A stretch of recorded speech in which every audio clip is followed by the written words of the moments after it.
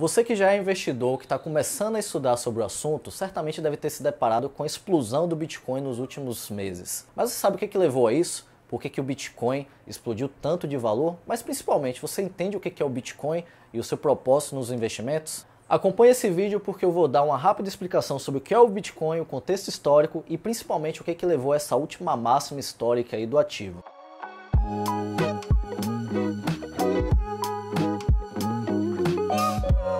O Bitcoin é uma criptomoeda que foi apresentada ao mundo lá em 2009, em um cenário pós-crise do subprime. Basicamente ela foi desenvolvida por um grupo de hackers chamados cyberpunks que queriam revolucionar o sistema financeiro mundial. Eles não queriam de forma alguma ter como intermediário financeiro os bancos e grandes instituições. Então basicamente eles criaram essa tecnologia que é extremamente fantástica, basicamente consiste no blockchain, que eu vou falar um pouco mais à frente sobre o que é.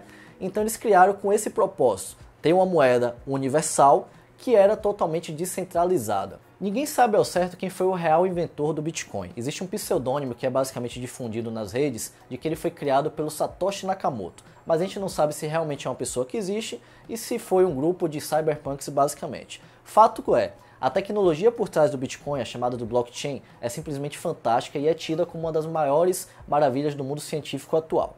Em que consiste basicamente? O blockchain ele garante ao Bitcoin um fato muito relevante para qualquer moeda e ativo de valor, a escassez e a garantia de que é algo seguro. Mas como funciona principalmente? Imagine que você compartilha diariamente dados, fotos e imagens para seus colegas aí, amigos no WhatsApp. Imagine que você acabou de enviar uma foto para sua mãe, por exemplo.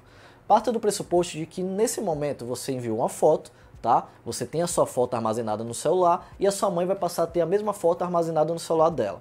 Isso aí acaba meio que duplicando os dados. O Bitcoin, basicamente, quando você faz uma transação em relação ao Bitcoin, não permite justamente essa duplicidade de dados. Utilizando o mesmo exemplo de você enviar uma foto para sua mãe, enfim, imagine que você enviou do seu celular uma foto para ela e ao chegar no celular dela, a foto basicamente vai ser excluída do seu celular e só vai passar a existir no dela. Então isso é basicamente o mecanismo por trás do blockchain. Como é que eles garantem isso? Através de uma série de vários blocos de armazenamento de dados que são construídos. Cada vez que você faz uma transação financeira, ou que você envia uma foto, por exemplo, para sua mãe, ela basicamente vai ser construída dentro de um blocozinho. Então imagine que existem milhares de blocos desses para cada transação que envolve essa criptomoeda. Essa é a tecnologia, a grosso modo, do Bitcoin. O que garante um fenômeno muito específico, que é justamente a segurança em relação aos dados. Mas principalmente tem um outro fato muito relevante também em relação ao Bitcoin. Um outro fato que traz uma premissa bem robusta para o Bitcoin também é que ele é escasso. Isso aí é fundamental para qualquer ativo de valor. Hoje só existem cerca de 21 milhões de Bitcoins disponíveis no mercado. E hoje, para você acessar essa tecnologia, para você ter em custódia o Bitcoin, você tem duas opções principais. Comprar mesmo, negociar através de corretora de valores, comprar de outros investidores e passar a ter a posse, ou minerar. Você vai minerar assim como você minera, por exemplo, um outro grande ativo de valor, o ouro. Só que para você minerar o Bitcoin hoje, minerar um desses 21 milhões que estão disponíveis, alguns outros ainda que estão disponíveis para mineração, você precisa de um maquinário, de um sistema de tecnologia que não é acessível, infelizmente, para a grande maioria da população. Empresas acabam focando muito nesse tipo de mineração, mas hoje não é tão disponível assim.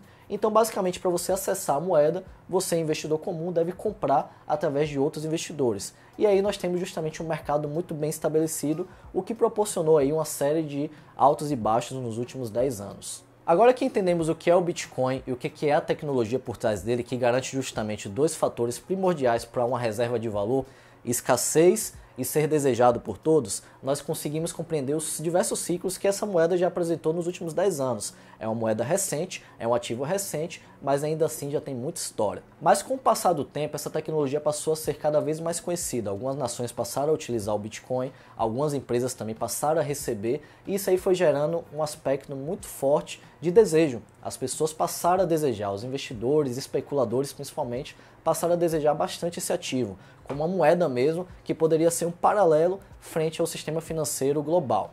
Então o que começou a acontecer? Uma demanda muito forte pelo ativo Bitcoin foi sendo expressivamente colocada. E aí o que nós observamos? O primeiro boom do ativo Bitcoin, que aconteceu basicamente lá entre 2014 e 2017. Nesse período o Bitcoin chegou a se valorizar mais de 7.000%, se eu não me engano 7.800%. Porque justamente estava tendo uma demanda muito expressiva, era muito especulativo esse movimento. Só que ainda assim, é um ativo muito incerto, até então era mais incerto ainda. A gente não tinha basicamente uma regulamentação, nós não tínhamos também players que estavam atuando, enfim, era muito mais um movimento especulativo. Então você tinha um desejo muito forte, você tinha uma escassez, o que gerou esse upside absurdo. O Bitcoin supervalorizou bastante. Então nós tivemos esse ciclo de alta explosivo lá entre 2014 e 2017.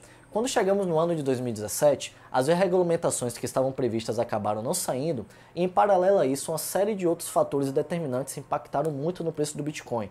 Ele passou a ser visto, por exemplo, como uma moeda que financiava o tráfico, financiava o terrorismo, o comércio de drogas principalmente, e isso aí foi impactando muito na imagem dessa cripto. Ela foi muito mal vista pelo mercado, o que levou justamente ao primeiro colapso financeiro desse ativo, ao primeiro crack do Bitcoin, que aconteceu lá em 2017, que ele basicamente derreteu bastante. Então os investidores que queriam surfar essa onda de alta, que entraram, por exemplo, em meados de 2017, início de 2017, que foi quando foi realmente difundido esse ativo, mais expressivamente para a grande maioria da população, acabou perdendo muito dinheiro. Foi o primeiro grande crack do Bitcoin. É fundamental compreender que nessa primeira bolha do Bitcoin o cenário era completamente diferente do que vivenciamos hoje, tá?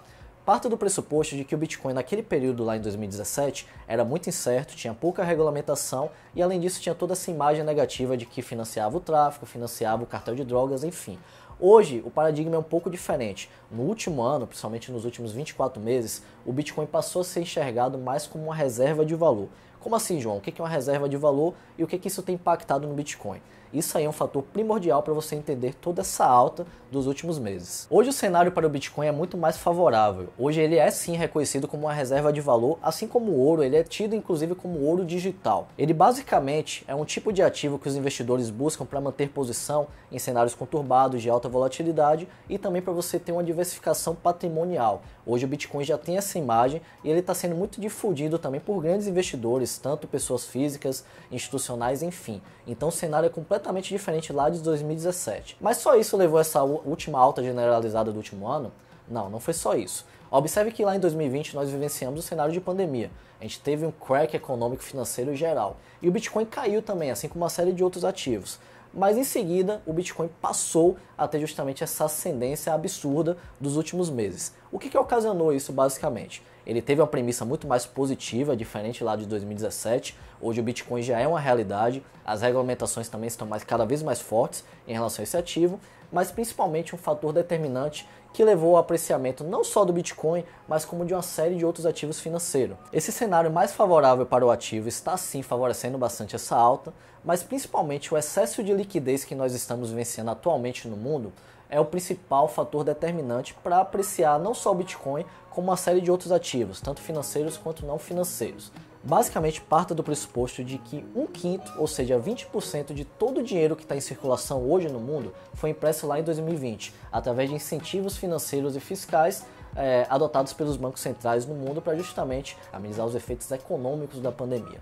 Então todo esse dinheiro em circulação favorece justamente um escoamento, ele deve ser escoado para alguns ativos. A gente está tendo máximas históricas em bolsa de valores, máximas históricas no ouro e máxima histórica também no Bitcoin, que passou a ser enxergado justamente como um ativo de valor. Mas até quando essa máxima vai durar? E será que o Bitcoin já está batendo no seu topo? Ele caiu aí nessa última semana cerca de 10%, justamente por conta de um viés negativo no Reino Unido, mas ainda assim já recuperou novamente. Cabe a você, investidor, ter uma estratégia muito definida. Você não deve somente buscar especular com o ativo, na verdade isso aí é o mais arriscado a ser feito.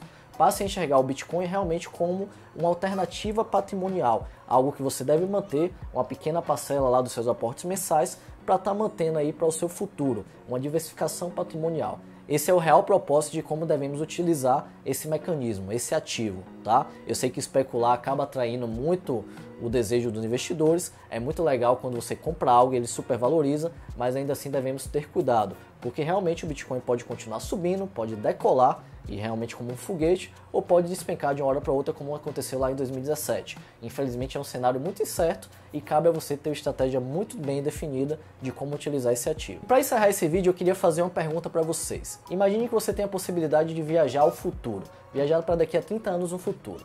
E para isso você tem 3 escolhas: levar em carteira $1 milhão em papel moeda, levar $500 mil equivalente em ouro, ou levar o equivalente a 250 mil dólares em Bitcoin. O que você levaria para daqui a 30 anos no futuro? Reflita um pouco sobre isso e deixa a resposta aí nos comentários. Então é isso, galera. Se você gostou do conteúdo, curte, compartilha e ativa o sininho aí porque tem muita coisa boa vindo.